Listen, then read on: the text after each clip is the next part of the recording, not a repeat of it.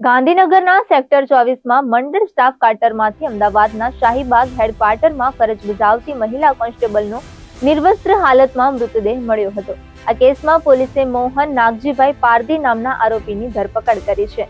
મૃતક અને આરોપી લાંબા સમયથી પ્રેમ સંબંધમાં હતા. મહિલા કોન્સ્ટેબલ ઘરે એકલી હોવાથી આરોપી અમરેલીથી પહેલા અમદાવાદ અને બાદમાં ગાંધીનગર આવ્યો હતો, જ્યાં બંને રૂમમાં એકાંતની પળો માણી રહ્યા હતા.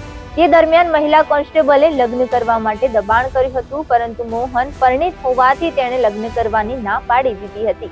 આ મુદ્દે બંને વચ્ચે ઉગ્ર ઝઘડો થયો હતો, જેથી મોહને ઘરમાં પડેલા કપડા વડે શ્વાસ રૂંધાઈ જાય તે રીતે મહિલા કોન્સ્ટેબલના મોઢા પર કપડું દબાવી દીધું હતું. પછી હત્યા કરી દરવાજાને બહારથી બંધ કરી એસટી બસ મારફતે અમરેલી જતો રહ્યો હતો.